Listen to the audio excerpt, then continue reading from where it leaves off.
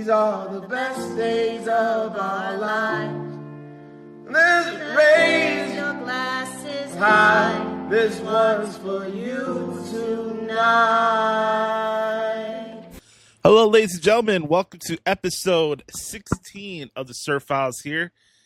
Hope you guys are doing well. It's yours truly, the nefarious one, Brother Adam, a.k.a. Joshie Lopez here, recording to you live from the Good Brothers studio in lovely Chicago, Illinois. It is July 3rd, 2026. Hope you guys are having a good week.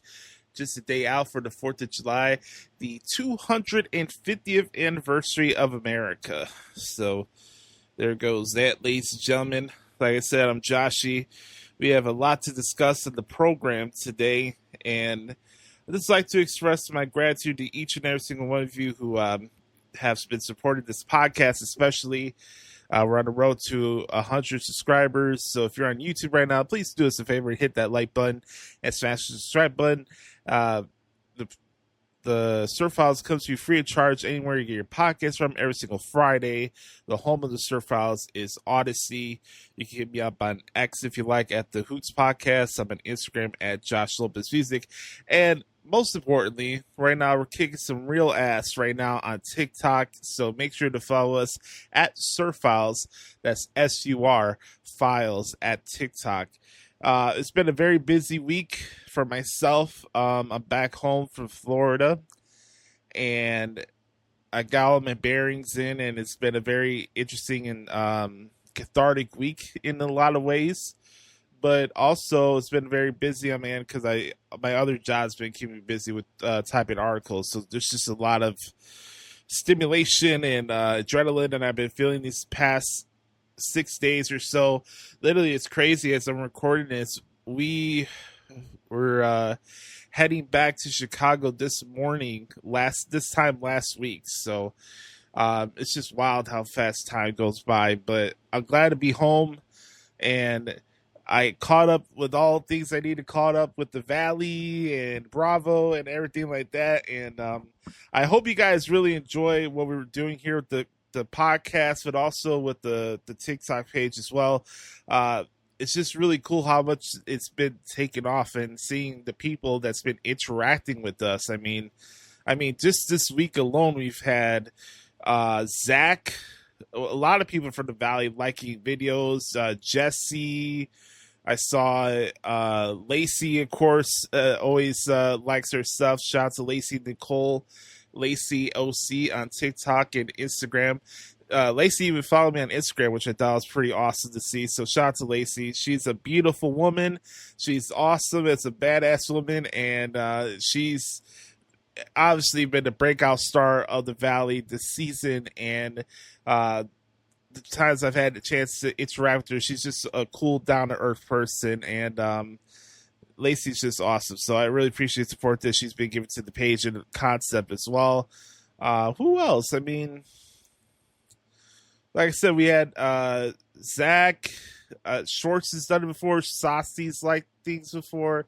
So it's kind of cool to reach. You never know who's watching or listening to what you produce out there. And look, there's a lot of crazy things going on in this world. And I can't believe I recorded this podcast, part of this podcast, in a hotel last week. It's just wild. Anyways, so we got, like I said, there's a lot to discuss. The Valley Season 3, Episode 14, The Hips Don't Lie. That is the topic of discussion today. You are going to hear from the cast itself, as we usually play the audio from the Valley After Show podcast. So you'll be hearing from the cast itself today, and of course my thoughts with everything in between. So with that being said, I just wanted to say again, thank you all for hanging out with us with the SUR Files, and it's time to get into what happened this week in the Valley. We'll be right back.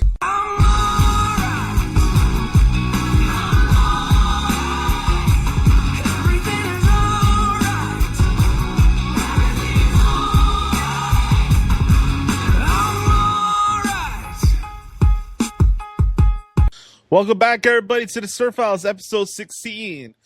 As I ask each and every single week, are you guys all right? Everything is all right. I don't know, man. We got about 4 episodes left for the remainder of this season before we get to the reunion. There's still a lot of ground to cover, so we're in July now. I think we'll probably wrap up this season in the middle of August because usually they do a 3-part reunion. So we got some time left. So as time progresses, obviously we're going to get into like House of Saucy that's coming in July 29th.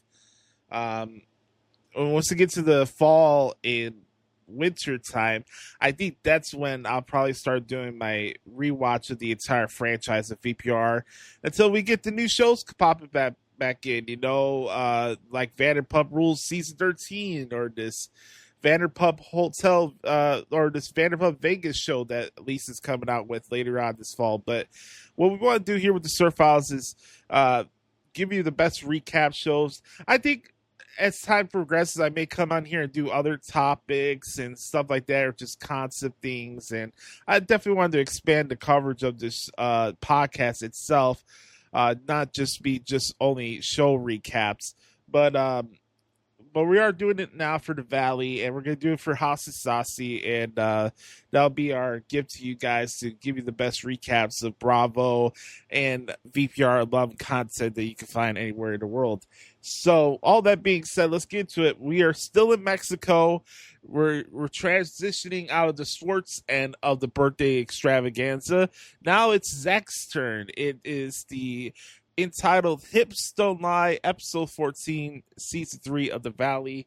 And we kick things off the heels of last week's confrontation at brunch with Janet and Nia, and Janet storming off. That's how the show went off the air. And we got to the end of that discussion where she's talking to Jason and she's like, I can't do this no more. I can't do this. I can't keep crying and having these same arguments because it's triggering her. And she says that it's going to force her to bring up things that she doesn't want to talk about and bring up other stuff. And I'm like, what are you talking about? What other stuff? The whole thing about the cast goes after Danny and Nia for hiding things. So what's going on here? Obviously, there's something inside Janet that's keeping her wanting to discuss the situation, and it triggers her. Obviously, I mean, Stevie Wonder can figure out that she's triggered by the situation. And look, if there's something going on, and if it's something that happened in Janet's past where she was SA, as she used, I don't want to say this word on this podcast. Like, I it's not cool. I don't condone it, obviously. Like, it's a sensitive topic. If something happened to her in that light in the past, I do feel sorry for her, and I do have a lot of empathy for her. And look, I know a lot of people in the Bravoverse give her a lot of shit. I've given her some shit this season. I don't enjoy the high school ass gossip nature she carries herself with sometimes, and her having to run to Lala for all her problems. Having to have the Mean Girls Club mentality. Lala likes to think that she has the answers to everything, but she doesn't. And, she likes just to rule people like she's a bully. That's what she is, And when it comes to Janet, like, I don't want to come on here and be like, oh, she's a manipulator and defame her character. Like, because that's not my purpose here with this show. Or the concept of the SUR Files. I don't want to come in here and shit on people. A lot of people have podcasts, and they spent years and years after Scandal shitting on Tom Sandoval and Rachel Leviss, and I would listen to these podcasts, and you guys know who they are.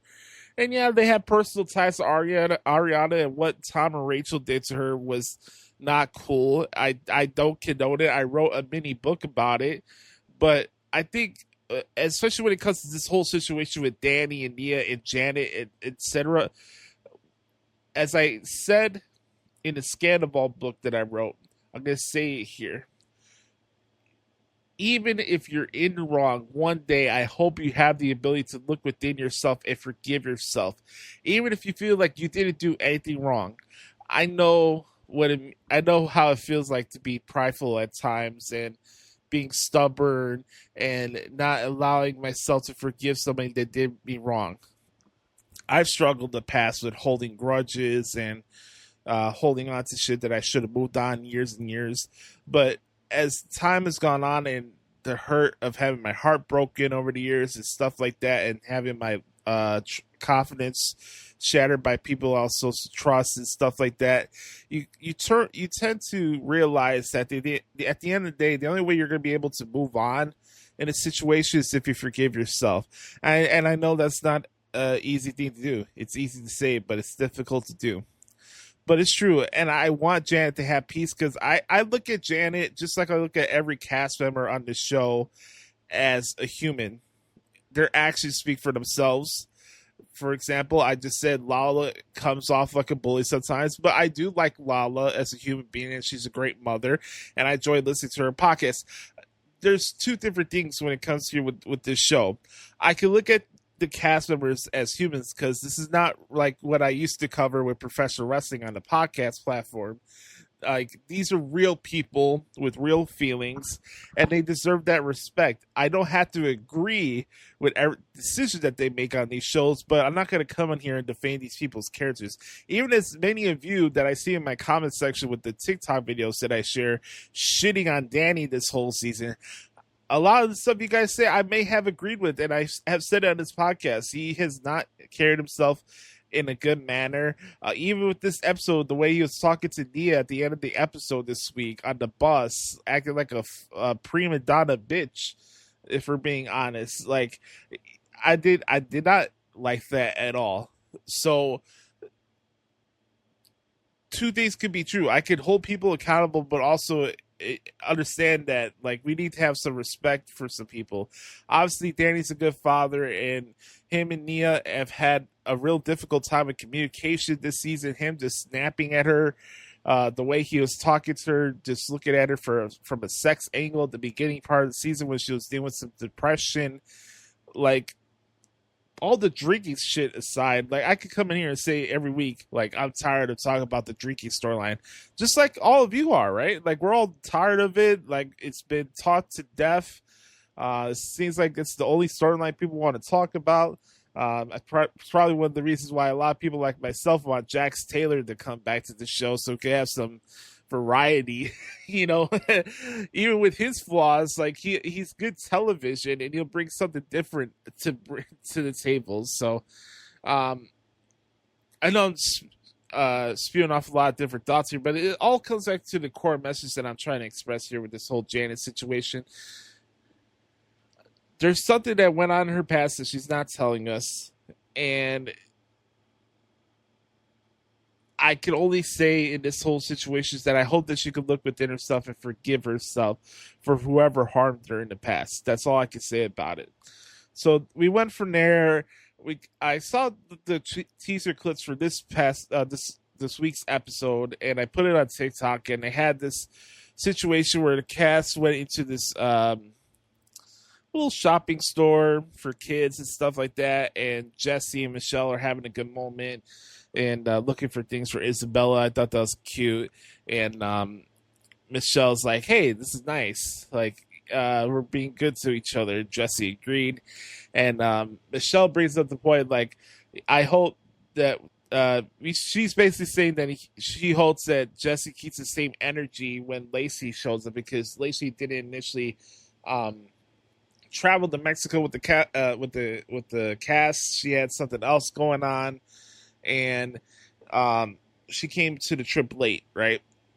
One thing I noticed with this episode, I think this is one of the first times this season where I saw the entire cast showcase in the first segment. There was like 4 different storylines going on in the first block segment of the show this week, where we had the Nia Janet fight, we had Lacey arriving and saying hi to everybody, and we get the other side of the cast talking about this great conversation that Danny just had with everybody and explaining his situation. So you would think everything is kumbaya on one end, and then the fourth storyline is Janet texting everybody saying that Kristen is throwing Brittany, Zach, and Jasmine under the bus.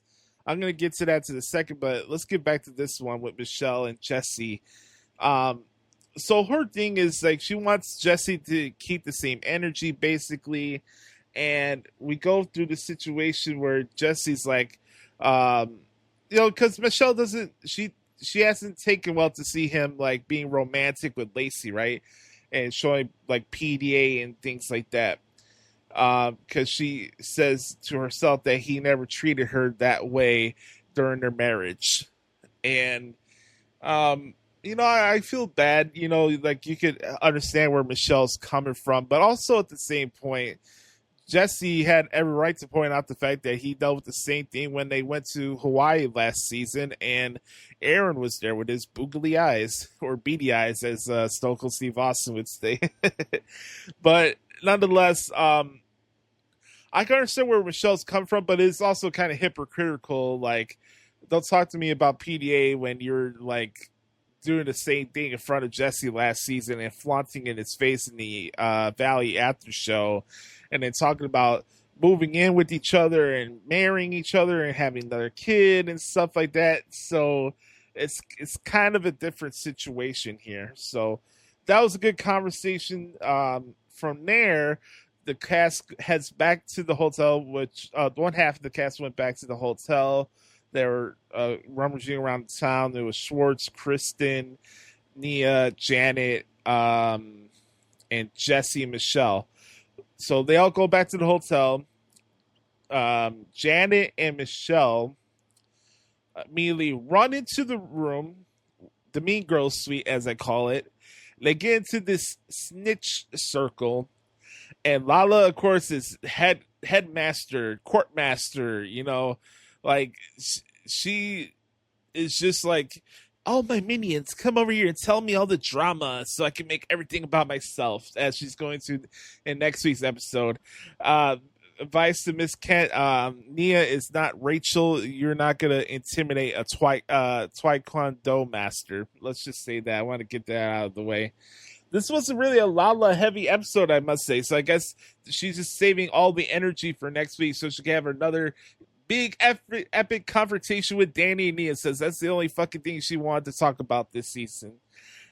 I hate the fact that I'm being so critical of Lala this season, but I have to be fair. Like, this is really sad. This is not what I wanted from her this season. She had a bad look on her on the end of that season 11 reunion with VPR, and I wanted to see what was going on with her life and her sobriety journey. But all she's done this season is come on here and be a defense attorney for Janet because Janet got cooked at the reunion last season. So I'm sorry. I don't want to come in here and constantly shit on Lala each week, but it's right on my screen. That's the only thing that she's brought to this season. And yeah, I know like a lot of people, we should give Lala credit because she's standing up towards misogynistic men and narcissists. Because that's the only thing women want to talk about these days, narcissists, as if they actually know the full explanation of what a narcissist actually is. Like, a lot of people threw buzzwords out in society these days without actually doing the research on what they're talking about. So when you look at this situation, guess what? Janet and Michelle is just throwing everybody under the bus. Brittany's on the verge of tears. I never done a mean thing to anybody. I can't believe Kristen said that. Why am I being dragged into this? It's just crazy. It really is. I was watching this whole scene. I'm like, you gotta be kidding me.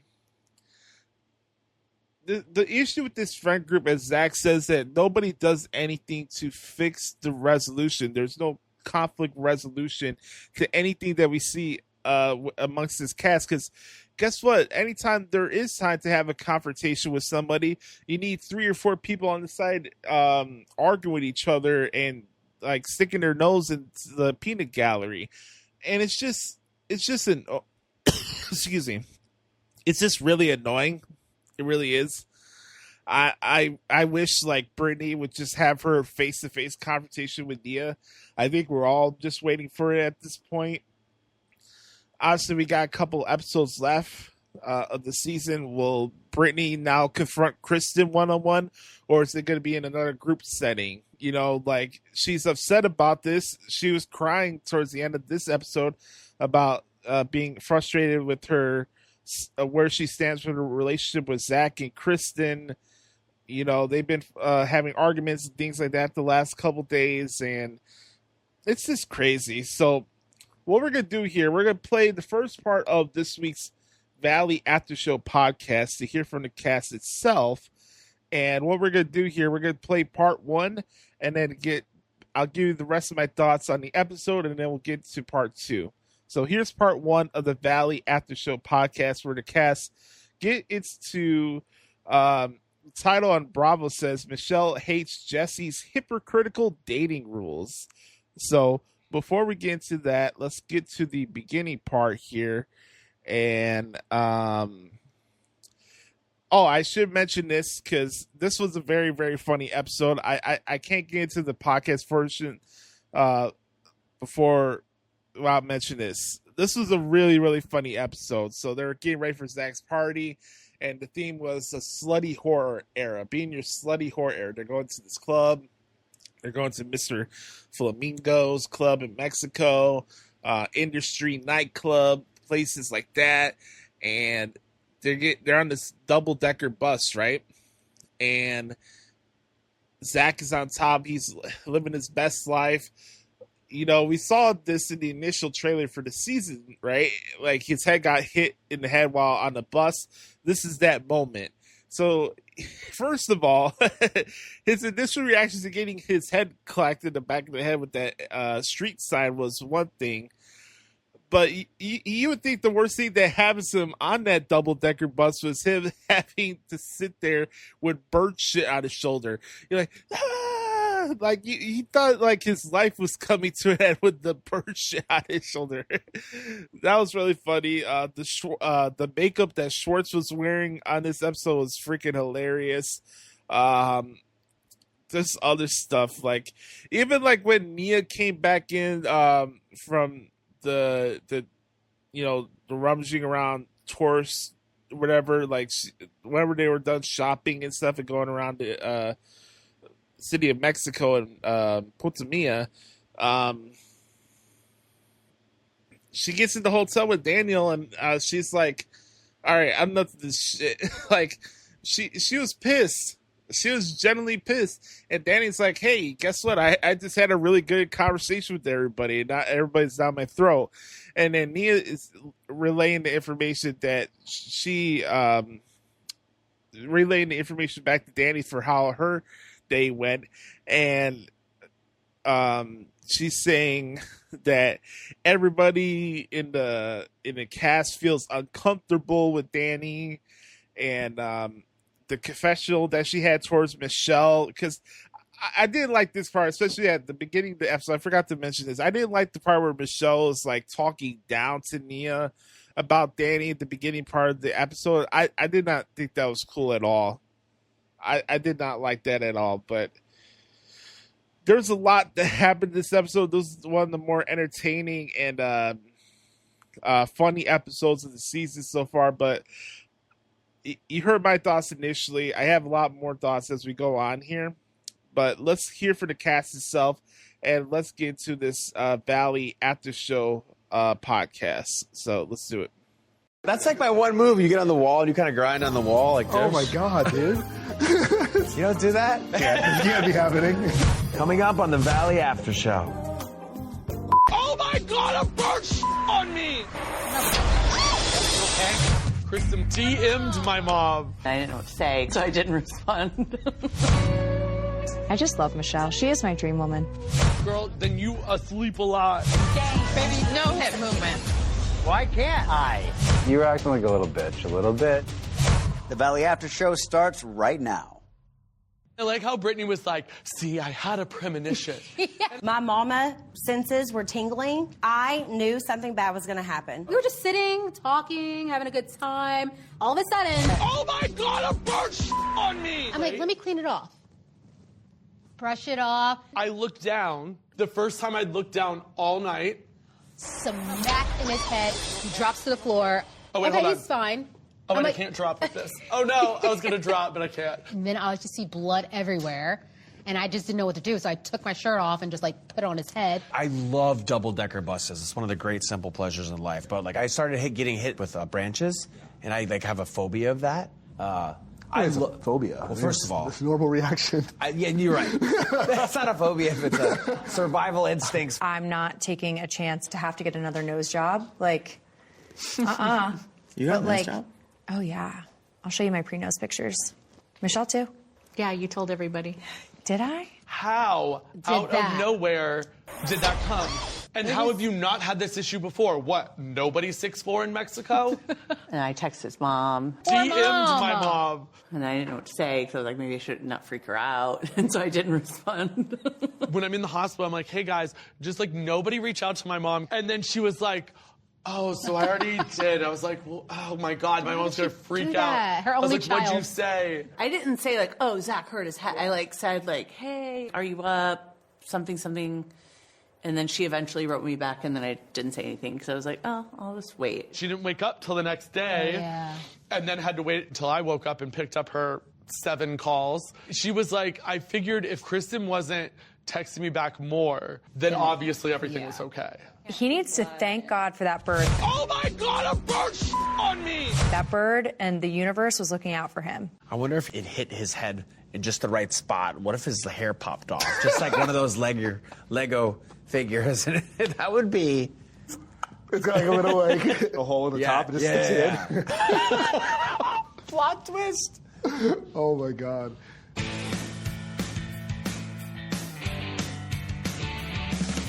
If I had a head injury, I would be choppering out of here, PJ back to the United States, whole night canceled, no one is to have fun, everyone needs to check in on me. He's a gangster. Death didn't get me this time! No license. What a badass. I know. I can't believe that we went to the bar still. Like, I obviously came late, and to hear everybody say, no, Zach wanted us to keep partying. I was like, what is happening? I felt like the party would die if I didn't get them to the club first. So I was like, I'm not going to the hospital unless you take this bus to the club first. If you don't go out on my birthday, none of you are my true friends. I was dying. Like, Jasmine at the club kept saying, like, keep drinking. It's what Zach would have wanted. I'm like, he's not dead. But imagine if I had died. I want you to party. I was like, he might be dying right now. We don't know. We're taking these shots. You gotta live for me. That's who Zach is, 100%. Yeah. Like, he would not want us to not have fun, and he definitely would want to come back and meet us at the bar. I could have just held my head like this for the entire night until after and then gone to the hospital, but I guess I had to, like, go do it. Emergency, I wonder if they'll give me a plan. We drove an hour and a half to get there. There's no way Zach was not going to come to the bar, especially with, like, guy strippers. I know. I danced after with the strippers, which that was worth he did it for on the sure. stage and dance. And thank God that they stayed late for me. That they were doing God's work. That's pretty epic, to be honest with you. To go to the emergency room and then come back and still party. Yeah. Good for him. He's solidified himself as like a rock star party legend in that He's part a of the legend. woods. Yeah. He's always been a legend in my mind. Watching her go, oh my God. I was was going through it. It man. was those emotions. I was like, I was so emotional. hysterical. Because honestly, in this moment, like, we go through all this shit in this group and we hate each other. We have all these ups and downs. But in this moment, everybody was just so together and, like, positive, and there was no, like, hating going on. I was like, guys, like, this is, we'll never get this moment back. And we haven't since then. So, you know what I mean? Like, it was the best day. He showed up in this cute little rap, which was, like, hilarious. And the rap was cute the first day. It was the next following day where my face swelled up, and I've been on a GLP-1, and I was looking so snatched for my birthday, and then all of a sudden God said no, and it hurt. Oh my God, it was so bad that next day. He looked like he had had a facelift, the Yeah, way the he bandage looked like was. me season 1, whenever I had my chin worked on. I love that he brought LA to Mexico, because that is just so, like, everyone here walks around in those, like, or a bandage on their nose. Yeah, go down in Beverly Hills, you're going to see that everywhere you turn. Little piece of home made it to us.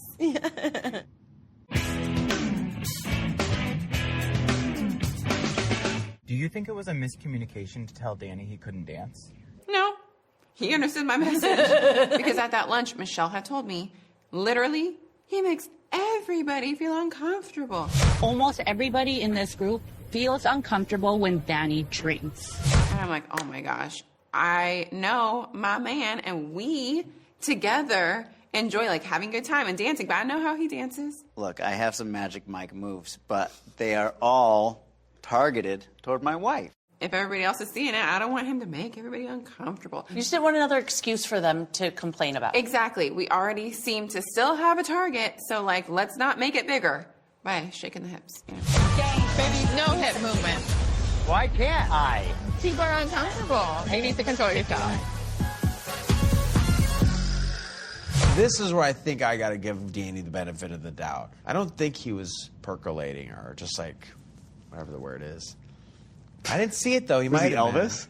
I mean, that's what I'm saying. Elvis the pelvis. I didn't say anything about dancing, and I was trying to help the situation, not make it worse. It's not about dancing, and I feel like sometimes they try to muddy the waters and say, like, well, I guess I just can't dance. And it's like, no, dance, drink, just cut out the behaviors that you do when you're drinking. You're acting like a little bitch, a little bit. Obviously, it puts me in a mood. My wife is saying, be very careful. You're making people feel uncomfortable. You cannot dance around people.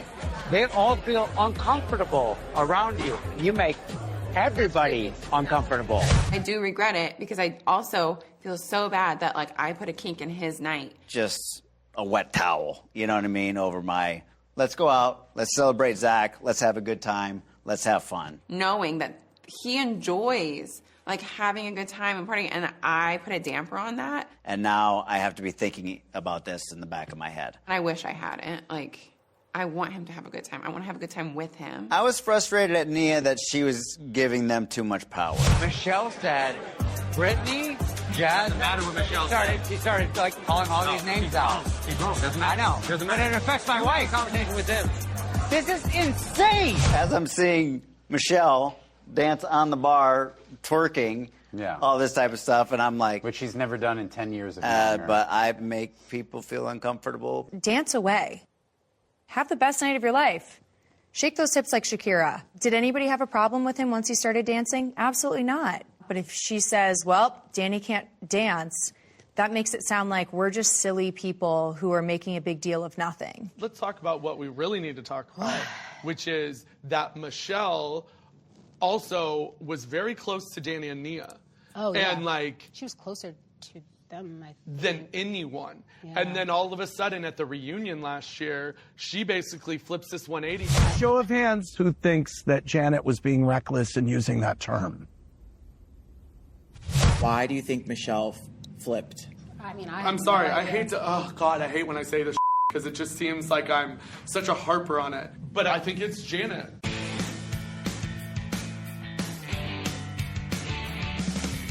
He was the one that was always, and to this day, like, I have such specific rules and what I can and cannot do. And he makes the rules, but they don't apply to him. You questioned my introducing her to Isabella and said I should never have done that? Oh, no.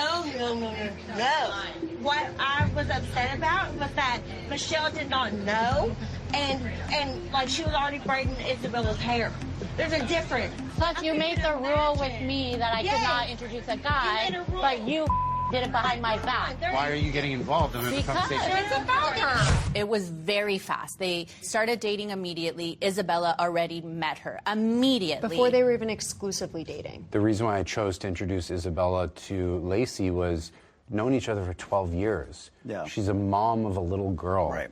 Like, she has incredible value. Right. And values. Like, of course I'm going to introduce her to Isabella, regardless of whether the girls thought it was too soon or whatever. My mom was in town, and my mom's like, oh, your hair is beautiful. And she's like, oh, my daddy's friend did it. And I remember I was furious because we had literally just had that conversation. And I'm like, how could you introduce a woman so quickly and without even giving me the heads up? Who slept over the night before and braided her hair in the morning. Like, that's so up. It hurt me a lot. He says that it's different to introduce a man to Isabella than a woman to Isabella, and that it's separate, so that she has a different set of rules because she dates men than he does because he dates women. I was so angry with Michelle introducing Isabella to this new guy that she was dating, not dating, I don't know. I have a weird thing with Lacey's daughter. You know, when she comes in the morning, I get up and I leave because she's not my daughter, and I've never had a conversation with Lacey's ex-husband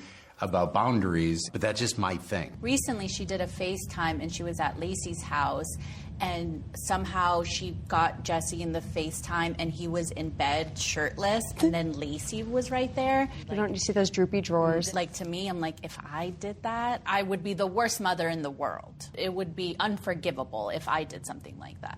There's a big double standard with Jesse, and it's like, all I feel like Michelle wants is like fairness. Like, treat me how you're asking me to treat you. What I would want for Michelle is to be with a man that is somebody that wants to work with me to make Isabella the best version of herself. You know, a guy who calls me up and say, how do you want to parent? How can I help you parent as I'm with Michelle right now? Like, I want to work strategically with somebody because Isabella is the only thing for me that matters. All right, guys, we're back here. Time to continue on here with this voyage of the SUR Files as we're recapping the Valley Season 3, Episode 14, Hips Don't Lie. We got other takeaways from this episode that I wanted to share really quick before we wrap up this week's edition of the podcast. So obviously we're getting ready for this party. I talked about Zack getting hit. He got messed up pretty bad. A lot of blood was shed on his head. Went to the hospital, being a full-on trooper, as you guys heard in the cast reacted to the whole situation. And they decided to go to the club. Nia is putting the clampers down on Danny. Hey, don't have any fun. Don't shake your hips. Don't make anybody uncomfortable, basically. And I thought to myself as I was watching this, and I said this in my recap on TikTok. For those who don't know, if you guys follow us on TikTok, immediately after the shows go off the air on the Valley, and I'll do the same with Hasasasi, which is kind of different because I know with Hulu, they dropped the entire show, like the entire season, right? So it's not a week-to-week release. So it's going to be a little different, but anyways, each time I'm done watching the show, I give my initial takeaways of what I saw happen, basically. And as I said on this week's episode, I felt as with everything that was going on, if there was a time where I felt Daniel would have been justified for having a crash out, it would have been this episode. And he got close. He got close. Very, very close. And I think we're gonna get close. We're gonna get closer to it next week because obviously we're gonna get this big Danny and Nia and Lala confrontation that was teased earlier this in the promo packages and stuff like that. I can't wait for that. I can't wait to see that little stupid smirk get off her Lala's face once Nia doesn't back down to her. Oh man, that's gonna be fucking gold. So, he's coming up to Luke and he's like, it doesn't matter what Michelle says. It doesn't matter what anybody else says. Go have some fun. And, Jesse, Luke, and Danny, they get into their Magic Mike thing. I'm not into Magic Mike stuff. Like, they're all dancing. Their ladies are loving what they're seeing. Dancing with no rhythm. That was pretty funny. Brittany was starting to get pretty emotional. Just reflecting, like what I mentioned before we got to the hearing from the cast with the podcast. But from there, Kristen was like, hey, you want to talk? She's like, not right now. So I'm curious to see how that plays out on next week's episode. What other stuff was there anything big that happened in this episode that I forgot to mention? I don't think so. Because I know Danny was just getting more and more upset as the night went on, and then he was just acting like a fucking diva on a party bus on the way back. Also, it's kind of weird. Like, I thought they had a lot more space, so why were they like cramming everybody together towards the back end of the bus? I don't know. That was weird. Them driving back, Schwartz is like completely knocked out. Janet pees in a cup. You know, I guess one thing I want to talk about is a little bit about that conversation with Jesse and Brittany, because that finally was brought up on this week's episode. Brittany's like, "You owe me an apology. You owe me an apology," because he's saying that she was also with Jax on being behind the takedown of Danny and Nia, and I'm glad they had the upfront conversation. And again, this is what was so great about Lacey in this week's episode. She had a lot of good references, the Footloose coded dancing, her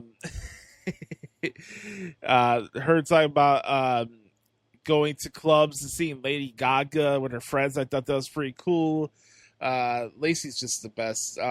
She got not involved, but she's like, she said in the confessional during the conversation that Jesse was having with Brittany, that, you know, Jesse's not in the wrong, but it's just his delivery is wrong, basically.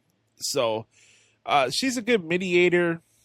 Obviously, Jesse and Lacey are a good couple, and glad to see that they're happy together. And she steps in when she needs to step in and puts them in this place of, like, you know, there's time to take a step back in certain situations. So I understood where she was coming from with that. But I also didn't mind the fact that Jesse didn't back down and stood 10 toes down on the whole situation. Like, yeah, I said what I said. Like, you were associated with trying to take down Danny and Nia. Brittany can't just be upfront and say out loud that she doesn't like Nia. I'm not going to say that Brittany's jealous of Nia or anything like that. I don't think that's the case at all. But, you know, it's right in front of our eyes. We're watching the season. We can see the eye rolls. You see how defensive she got when Zach brought it up in the first place. And then going back, I forgot to mention this earlier when, you know, Janet and Michelle was snitching on everybody. And Jasmine got all triggered. Kristen and Nia don't even hang out with each other. What the fuck are they talking about? Right? Really, Jasmine? Because that's not looking good on you right now. I know Jasmine's on a high on getting married recently, which I'm very happy for her. But a lot of the stuff that she's been saying on this season is coming back to bite her in the ass. Like, I like Jasmine. She's up front and stuff like that. But she just gets on these tangents sometimes where come from out of nowhere. And half the time they're inaccurate. For her to literally say out loud that Nia and Kristen don't hang out with each other just because Nia lives out in Santa Clarita is bullshit. Look how close that Kristen and Nia were at the reunion. Speaking of the reunion, little factoid they said in the after show, Zach mentioned that Michelle did a 180 on Danny and Nia at the reunion. How funny how that works. Maybe because she knew that Lala was coming in and she could join the Mean Girls Club. Just throwing it out there. So, that is The Hips Don't Lie. The Hips Don't Lie references is what Danny said on the episode this week, where he's like, once I start my dancing, my hips don't lie. So, little tongue-in-cheek title. I liked it. It was a very good episode. Very good. I'm excited to see what happens next week. We're going to have a very deep emotional chat with Michelle and Lacey. They're on this boat. They're celebrating Danny's birthday now as we're concluding this Mexico trip. We're going to get into this Lala, Danny, and Nia confrontation that's been so hyped, so I'm excited to see that go down. And then more drama with Kristen and Luke. And I hope they have I hope they have a chance to rectify that, because I like Kristen and Luke as a couple, and again, as I've said all season, I think it's very brave for both of them to be as vulnerable as they were on camera this season in dealing with that situation. because it's very eye-opening. I don't know how I would feel if I was in Luke's shoes, you know, like being the first-time father. You know, if my wife ever had a kid, you know, that'd be crazy. I never dealt with postpartum or being in a couple that had kids, you know, like I'm not married. I'm not in a relationship right now. Like, I don't know how that would be, but I commend Kristen and Luke for how open and honest they've been about their relationship, the struggles, especially from Kristen's point of view from dealing with postpartum. It's very eye-opening, and they both deserve a lot of credit because I think they've been carrying the season from a vulnerability and realistic standpoint. Like, I think all of us are just tired of the Danny and Nia situation, but the fact that Kristen and Luke's tension and communication problems has been a thread throughout the entire season. It's something to learn from. It's not something that I personally enjoy. I don't want to see them in bad spirits because obviously you could tell from any of her past relationships on TV, you can see that Luke makes Kristen the happiest, right? And I want to see Kristen happy. She's a great soul. Has she made her mistakes in the past? Absolutely. Nobody's perfect. But to see the glow up in the comeback and seeing her get her life back on her own terms and, you know, all these changes and now her being a mom, like, I don't know if I'm getting emotional about it, but like, you know, you see these people on these shows and their trajectory and their life trajectory, you know, she dealt with a lot of shit in those early years of VPR and then all the stuff that happened with her departure and everything.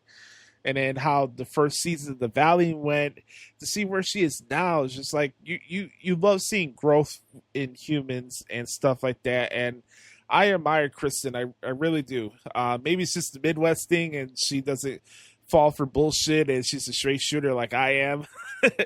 But I have a lot of empathy and respect for Kristen Doty. So seeing how vulnerable Kristen and Luke have been about their whole relationship and that whole situation.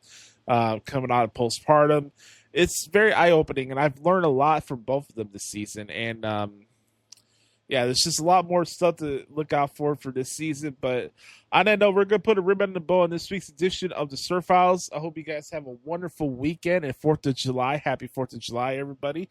And don't forget, new episodes of the SUR Files drop each and every single Friday, anywhere you get your podcast from. I'm Joshie. You can hit me up on X at the Hoots Podcast, Instagram at Josh Lopez Music.